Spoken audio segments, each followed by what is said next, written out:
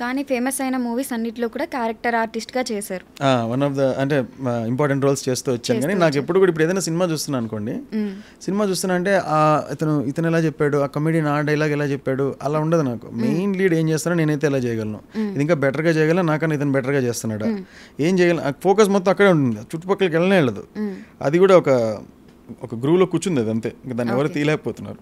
Okay, how do you rate self in your self in acting? 10 out of 10 అంటే మీకు మీరు ఎంత rating ఇచ్చుకుంటారు? అంటే ఇది కొంచెం సబ్జెక్టివ్ ఇదండి. అంటే నాకు ఎప్పుడు చాలా చెయ్యాలని ఉంటుంది కానీ చాలా నేర్చుకోవాల్సింది ఉందని కూడా అనిపిస్తుంది. So I cannot rate more. నేను ఐఎమ్ లైక్ మేబీ 5. 5 బ్యాలెన్స్ చేద్దామనేసి మధ్యలో నెంబర్ చెప్పేసారా? ఓకే, అంటే ఒక యాంగిల్ నాకు నేను బిలీవ్ చేసేది ఏంటంటే, ఒక కొబ్బరిమట్టలో మీరు చూసుంటారు, చాలా అమాయకమైన ఒక ఫన్నీతో కూడిన తమాషాతో కూడిన అమాయకత్వం. అక్కడ నుంచి నేను ఒక సైకోపాత్ వరకు నేను ఆ కళ్ళల్లో ఆ మూల నుంచి ఈ మూల దాకా ఆ రేంజ్, అంత రేంజ్లో చేయగలను. అంటే from this pole to that pole నేను పర్ఫామ్ చేయగలను. అన్ని 80-90 మార్క్స్ అబోవ్గానే చేయగలను నేను అనుకుంటున్నా. సో అన్నీ ఎక్స్ప్లోర్ చేయాలని కోరుకుంటుంది. అంబిషన్ వైజ్ నాకు యాక్టింగ్లో 9 మార్క్స్ ఉంటాయి. ఇంకా ప్రూవ్ అవ్వలేదు కదా, నాకు అవకాశం వస్తే అది ఎప్పుడు అందరికీ తెలుస్తుంది కదా. సో ఇంకా అవకాశం ఉంటే వస్తుంది. ఇప్పటికైతే నేను I right my self as 9, but నేర్చుకోవాల్సింది అంతకన్నా ఇంకా చాలా ఎక్కువ ఉందని అనుకుంటాను కాబట్టి 5 అనే లర్నింగ్ ఫ్రంట్ 5 అనే confidence front 9. Okay, so Kobbarimatta అనగానే గుర్తొచ్చింది, సంపూర్ణేష్ గారి మూవీస్ కొంచెం మీకు తెలుసు కొంచెం క్రింజ్గా ఉంటాయి చూడడానికి. అంటే జనాలకి అరే ఏంట్రా ఇది అంటే బుర్ర గోకేసుకోవాలనిపిస్తుంది, అన్నట్టు ఏం చేస్తున్నారా అన్నట్టు అనిపిస్తుంది. But at the same time చాలా ఫన్నీగా ఉంటుంది. ఆ స్టోరీస్ మీరు విన్నప్పుడు అసలు, లేకపోతే హృదయకాలయంలో ఆ లాస్ట్ సీన్, హార్ట్ సీన్ ఇంకా చాలా బాగా ఫేమస్ అయింది, జనాలు అందరూ పిచ్చోళ్ళు అయిపోయారు. సో ఎవరో యూట్యూబ్ లో 8 doctors committed suicide after watching this video. Doctors ఎందుకు ఇంకా డాక్టర్స్ చదివి MBBS చదివిన వాళ్ళు వేస్ట్ అనిపిస్తుంది ఆ సీన్లు చూస్తే. ఇలాంటి స్టోరీస్ విన్నప్పుడు అసలు మీ ఫస్ట్ రియాక్షన్ ఏంటి? Because I know the genre, ఆ జానర్కి ఎంత న్యాయం జరుగుతుందనే చూసి ఆ థాట్స్ క్రియేటివ్గా మేము షూటింగ్లో కూడా పగలబడి నవ్వుకునేవాళ్ళం అనమాట కొన్నాళ్ళకి. అది కెమెరామెన్ కూడా ఇలా చూసి కళ్ళనీళ్ళు వచ్చేసి ఫోకస్లో ఉందో లేదా అర్థమయ్యేది, ఆయనకి అర్థమయ్యేది కదా. ఆయన ఇలా చూసి పక్క వచ్చి నవ్వుతునేవాడు, మేము యాక్ట్ చేస్తారు చూసేవాళ్ళు, ఆయన పడిపడి నవ్వుతునేవాడు. అలాగే 2-3 టేక్లు సరదాగా ఫుల్ జాలీగా ఉండేది. Okay, what kind of person అసలు సంపూర్ణేష్ గారు అంటే? ఆయన is very sincere person. Very sincere. Off screen on screen ఒకటేలా ఉంటారంటే, ఆన్ స్క్రీన్ చాలా కామెడీగా అనిపిస్తారు కదా, బయట కూడా అలాంటి పర్సన్? బయట అలాంటి పర్సన్ కాదు. Okay, is a very genuine person, very sincere person, very good friend. And ఇప్పుడు కూడా ఫోన్ చేస్తే అన్నగారు చెప్పండి అండి, సంపు ఇదేమన్నా టీజర్ వచ్చింది నేను షేర్ చేస్తావా అన్న అనుకోండి, చేస్తావా అని కూడా అన్నగారు మీరు చెయ్యి అనాలి అంటాడు. Such a nice guy he is. చాలా తెలివైన వాడు సంపు, చాలా తెలివైనవాడు. మీకు తెలియదు నేను చెప్పాలి ఏదన్నా అంటే, ఎంత మంచి ఎంత కైండ్ హార్టెడో equally he is intelligent also. Okay, so ఇందాక మీరు 9/5 రేటింగ్ ఇచ్చుకున్నారు కాబట్టి మీ యాక్టింగ్ మేము చూసాము కొన్ని వీడియోస్లో, చాలా బాగా అనిపించింది. నేను కొన్ని మూడ్స్ ఇస్తాను, మీరు చేయాలి. ఓకే, మూడ్స్ మంచి మూడ్స్ ఇస్తాను. ఫస్ట్ ట్రై చేస్తాం, బాగా వస్తే ఉంచండి, బారాపోతే తీసేయండి. సార్ వింటున్నారు కదా సార్ మీరు? ఓకే, ఫస్ట్ కోపం. నేను నా మీద కోపం పట్టడం లేదండి. అంటే యాక్చువల్గా కొంచెం ఇక్కడ చేదస్తూ ఉంది, అది కూడా చెప్తాను. మామూలుగా యాక్ట్ చేయమంటే ఏ క్యారెక్టర్ కోపం చూపించాలి అనేది ఒక క్వశ్చన్ వస్తుంది. ఏ క్యారెక్టర్ సమాధానం లేదు. అందుకే ఇప్పుడు ఫర్ సపోజ్ కోపం 100 రకాలుగా చూపించవచ్చు. ఇప్పుడు స్వాతి ముత్యంలో కమల్ హాసన్ క్యారెక్టర్ అనుకోండి, అతని కోపం ఒకలా ఉంటుంది. అదే ఒక విలన్ అనుకోండి, అతని కోపం ఇంకోలా ఉంటుంది. హీరో అనుకోండి ఇంకోలాగా ఉంటుంది. సో అట్లా అందులో వేరియేషన్స్ 3-4 ఉంటాయి. కోపం అంటే ఇప్పుడు ఏ రకమైన కోపం అనే క్వశ్చన్ వస్తుంది. తక్కువ అడిగారు కాబట్టి చేయాలని ఏది పడితే చేయడానికి ఎందుకో ఇష్టం ఉండదు. ఏదో కోపం ఫర్ ఎగ్జాంపుల్ నేనున్నాను ఇప్పుడు క్వశ్చన్ అడిగిన, ఏదో పిచ్చి క్వశ్చన్ అడిగాను, అప్పుడు మీ రియాక్షన్ కోపం. ఓకే,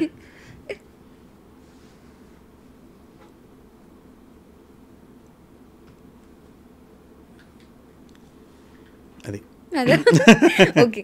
ఒకవేళ లేదు ఇంకొకటి హాస్యం మీరు ఆల్రెడీ ఇందాక నుండి చూపిస్తూనే ఉన్నారు కాబట్టి శాంతం ఎలా చూపిస్తారు మీరు? బాగా రిచ్ అన్నట్టు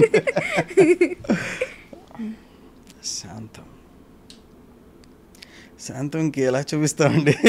లేదా అమాయకత్వం చూపించండి, కరుణ ఆ టైప్లో ఏదన్నా.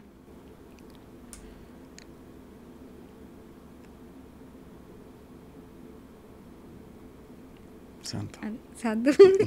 Okay, done. ఇది స్కిప్ చేస్తే అసలు ఈ 12 years ఆఫ్ ఇండస్ట్రీలో జనరల్గా ఇండస్ట్రీకి వచ్చిన తర్వాత చాలామంది మనకి పరిచయం అవుతుంటారు. వాళ్ళతో రెగ్యులర్ టచ్లో లేకపోయినా వాళ్ళు మనకి క్లోజ్ టు హార్ట్ ఉంటారు అనమాట. గుర్తు తెచ్చుకోగానే ఎప్పుడన్నా వాళ్ళని స్క్రీన్ మీద చూసినప్పుడైనా టక్కున అలా మైండ్లోకి వస్తారు. ఒకవేళ ఏదన్నా మీకు హెల్ప్ కావాలంటే ఈ 12 years ఇండస్ట్రీలో మీ క్లోజ్ ఫ్రెండ్స్ ఎవరు? ఎవరు లేరండి ఇండస్ట్రీలో, ఎవరు క్లోజ్ ఫ్రెండ్స్ లేరు ఇండస్ట్రీలో కాదు మీరు అడిగింది. ఏక్ నిరంజన క్లోజ్ ఫ్రెండ్స్ ఎవరు అంటే పని చేస్తాం వెళ్ళిపోతాం అంతేగాని క్లోజ్ ఫ్రెండ్స్ ఎవరు లేరు.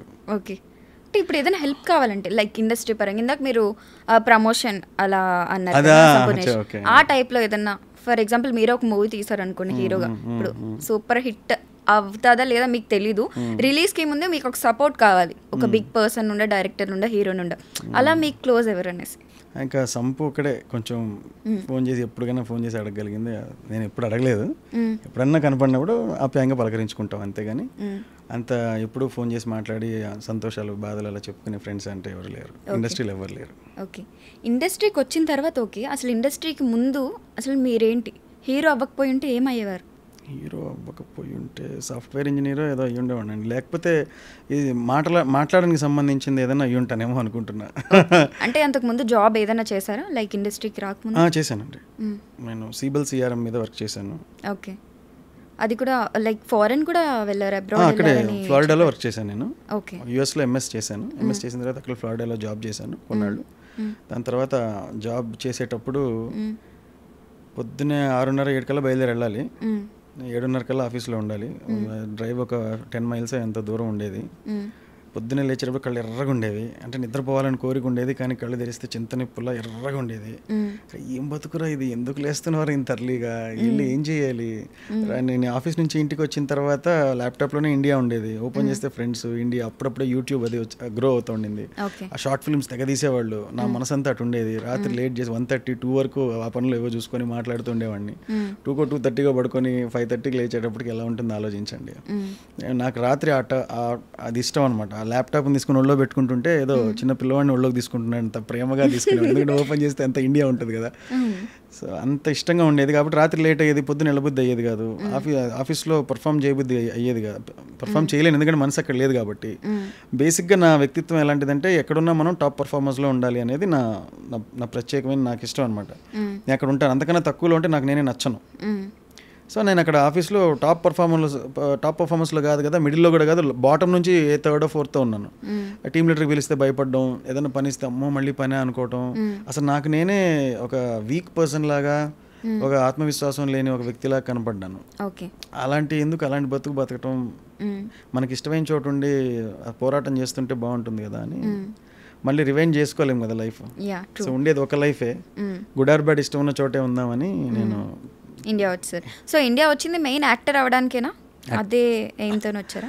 యాక్చువల్గా నాకు తెలియదు నేను మంచి యాక్టర్నా కాదా అని నాకు అప్పటికి తెలియదు. వచ్చేటప్పటికి నాకు కొన్ని టాలెంట్స్ ఉండేవి, అంటే అందరూ చెప్తుండేవాళ్ళు, అంటే నేను ఏ పని చేసినా చాలా సిన్సియర్గా చేస్తా, చాలా ఇష్టంగా చేస్తాను. ఆర్ట్ సైడ్, అందులో నేను ఫోటోగ్రఫీ బాగా చేసేవాడిని, లిరిక్స్ బాగా రాసేవాడిని, డైలాగ్స్ బాగా రాసేవాడిని, కథలు బాగా రాసేవాడిని, బాగా చెప్పేవాడిని. ఏదైనా సినిమాకి వెళ్ళి వచ్చానంటే మా రూమ్లో ఉండే వాళ్ళు అందరూ సినిమా చూసేస్తారు వితౌట్ ఎనీ టికెట్. నన్ను ఒకరిని పంపిస్తే చాలు సినిమాకి అందరు చూడొచ్చు అని అనుకునేవాళ్ళు.